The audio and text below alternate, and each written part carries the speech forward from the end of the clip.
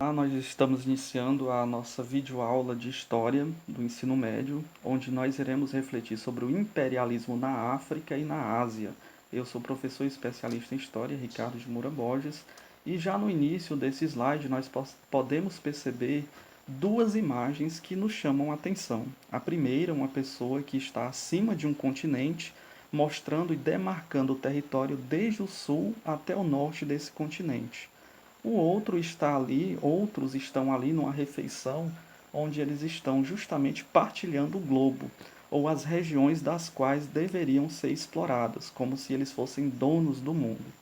Depois nós temos uma charge de 1885 do artista estadunidense Thomas Nast. E o nome dessa charge é Os Larápios Mundiais. Vejam só quem são esses larápios. Nós podemos perceber pelas roupas, né, as vestimentas, o nome que está escrito nesses sacos que estão cheios de coisas, de potências que surgiram no século XIX com grande domínio econômico, bélico, desenvolvimento, eles partiram para outras regiões com a vontade e com a necessidade de explorar esses países. Nós também temos nessa outra imagem, que é uma imagem lá do rei Leopoldo do século XIX, onde o mesmo fazia referência nos seus discursos justamente ao seguinte: a meu ver, é um grave crime qualquer pessoa se impor a outra, apropriar-se de sua terra e de sua história, dizia o rei Leopoldo. O problema é que a imagem que está sendo demonstrada aí foi a denúncia de que as suas práticas eram justamente de escravização, era de imposição de cultura e também de mostrar uma soberania de uma cultura em relação à outra, onde os africanos foram escravizados e aqueles que não produzissem determinada quantidade seriam mortos. Então, qual era a missão do homem branco no século XIX? Na França estava se passando justamente pela Bela Época, ou seja, pelo desenvolvimento do progresso das tecnologias. De 1870 até o início do século XX, houve a Segunda Revolução Industrial, que foi caracterizada a partir de o aumento extraordinário da população, nós iremos ver isso no slide, novas fontes de energia, como o petróleo e a eletricidade. Isso fez com que o trabalho ganhasse novas matizes, novas configurações. O desenvolvimento dos meios de transporte para levar os produtos industrializados e também, além das locomotivas, os carros. Então nós temos aí o aumento extraordinário da população de 1800 a 1850. E nós temos um dado interessante que entre 1750 e 1850, ou seja, apenas em 100 anos, a população mundial dobrou de 600 milhões para 1,2 bilhão de habitantes. E aí nós percebemos na Europa, né, a Ásia, a África, a América do Norte, a América do Sul e a Oceania, tendo em vista que a África, por exemplo, durante os 100 anos manteve-se em zero, a Oceania também em zero, e foram justamente essas regiões que foram dominadas por outras regiões que passaram a crescer de forma exponencial. Esse crescimento trouxe melhorias nas condições das pessoas, mas houve-se também a necessidade de expandir a sua comercialização e a sua industrialização. Nas imagens de baixo, nós temos o petróleo, né, que surge, e temos também a energia elétrica, né, a criação da lâmpada, por exemplo, por Thomas Edison. As inovações aí, o carro, o telefone, que foram melhorias na vida daqueles que detinham as grandes somas de capital, e fez também, por exemplo, com a invenção da energia elétrica e da luz, fez com que os operários trabalhassem em dobro. E isso não quis dizer que os seus salários foram melhorados, mas justamente a exploração que foi dada foi triplicada ou quadruplicada, gerando inúmeras revoltas nesses países também. E nesse slide nós temos justamente o domínio estrangeiro da África de 1885 a 1913, e nós temos as principais potências, a França, a Grã-Bretanha, a Alemanha, Portugal, Bélgica, Espanha, Itália, dentre outros, que repartiram a África, o continente africano, ao seu bel prazer, né? Não houve uma consulta aos africanos se eles queriam ser dominados por essas regiões, mas houve sim uma consulta interna entre essas potências, porque elas tinham medo de guerras ou rebeliões entre si, né? Os franceses se revoltarem contra os alemães, por exemplo. Mas o que seria justamente esse neocolonialismo e esse imperialismo? A burguesia das grandes potências, como já foi citado, a França, a Alemanha, a Itália, a Bélgica, a Espanha, entre outros, voltou-se para a exploração de territórios fora das fronteiras nacionais. Se eles estavam produzindo muito, eles tinham que vender os seus produtos e também arrumar matérias-primas. Buscava novos mercados consumidores e áreas para investir no capital excedente. E isso foi justificado pelas ideologias, principalmente por duas ideologias, principalmente pela noção de raça, como se houvessem raças diferenciadas, e também pela origem do darwinismo social. Então não era diferente. As pessoas na época do século XVIII e século XIX acreditavam que existiam justamente uma diferenciação dessas raças.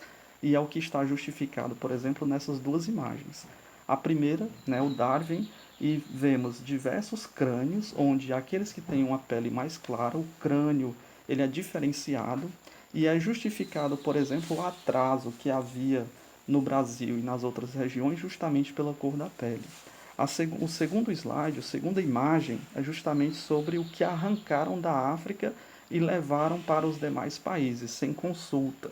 Né? Fizeram um buraco no continente africano, apenas retirando esses bens, mas sempre com o discurso de levar um progresso, levar a civilização a europeia.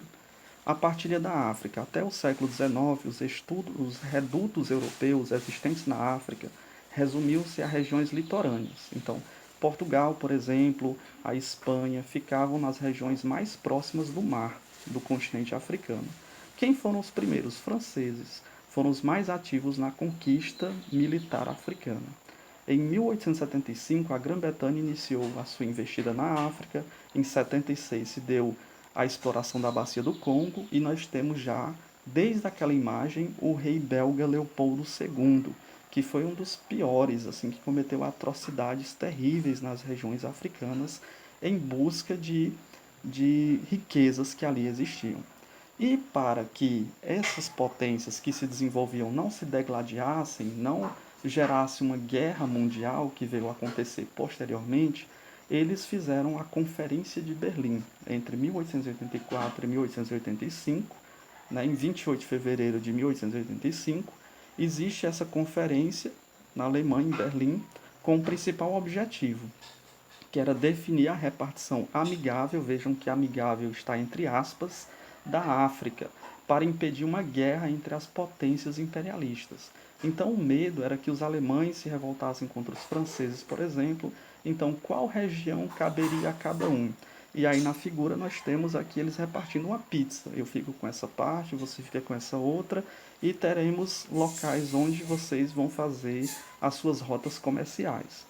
Os africanos, houve a resistência, com certeza, contra o imperialismo, e a autora do nosso livro nos colocam três movimentos interessantes, aí 1898 a 1901, 1890 a 1900, 1905 a 1907, só porque essas rebeliões que ocorreram na África foram todas suprimidas, tendo em vista que os europeus, por ter uma base militar mais consolidada, por ter o avanço das tecnologias no sentido de armamento mais forte do que os africanos, começaram a impor as suas decisões.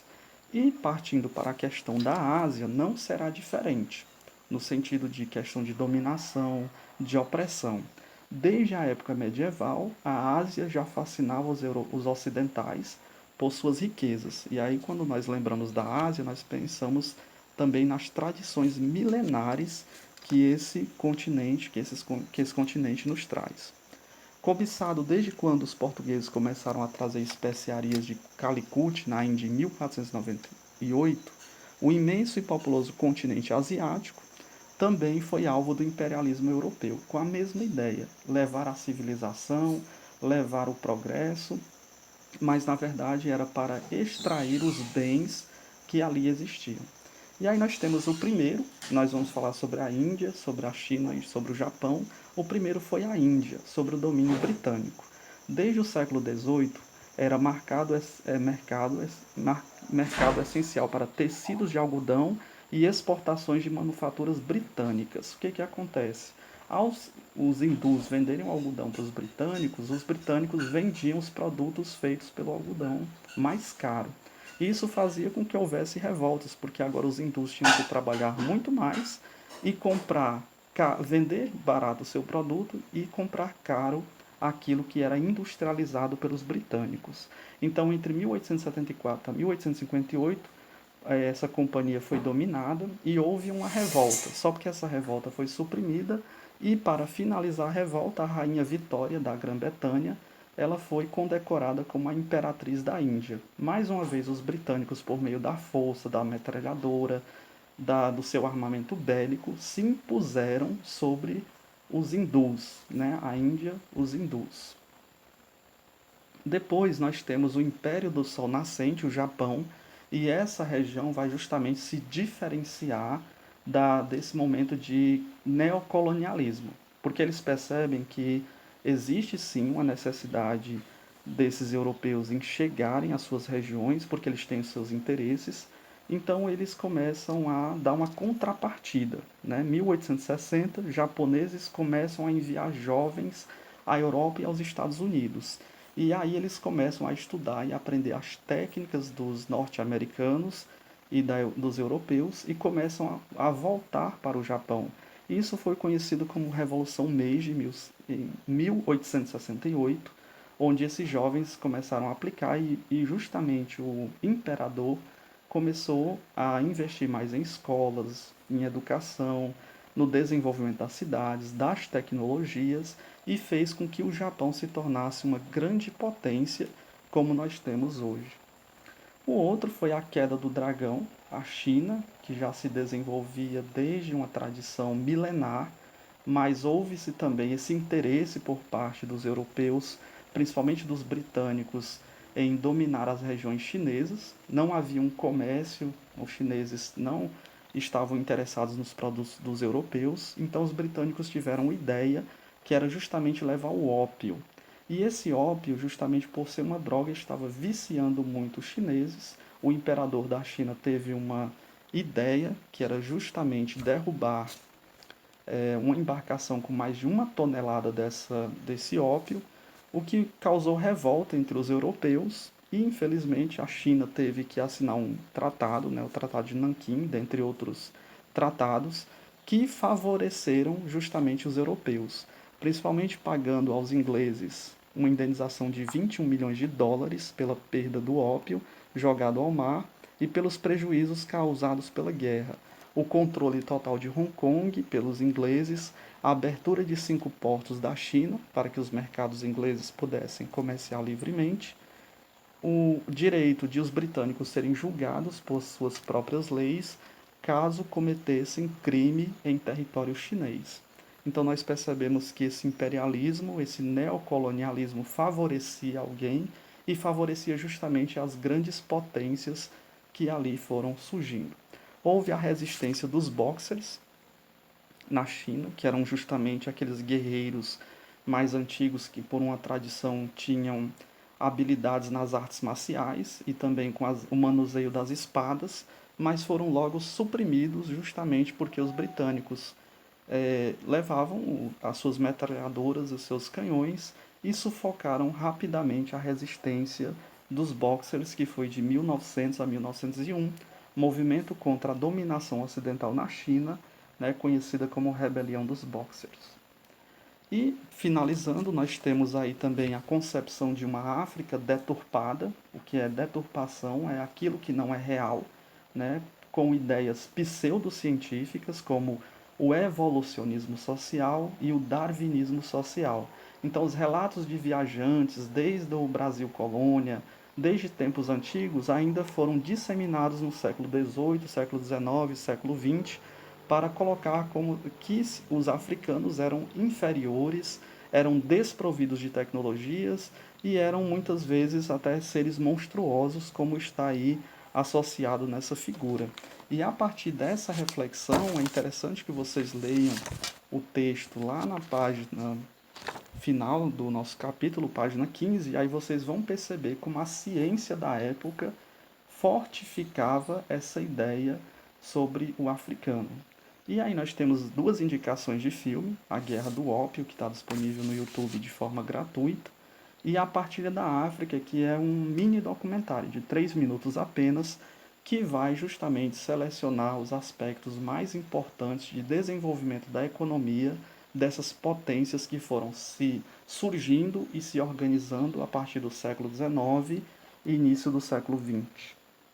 Nós temos aí as referências, né, um livro que foi adotado pela escola, alguns textos que foram produzidos no blog da escola, alguns livros que nos norteiam para uma reflexão mais ampliada para além do livro didático, além das imagens, né, pesquisadas no Google Imagens, como também sobre a expansão da população que nós vimos nos gráficos iniciais desse slide. Então, boa aula para todos.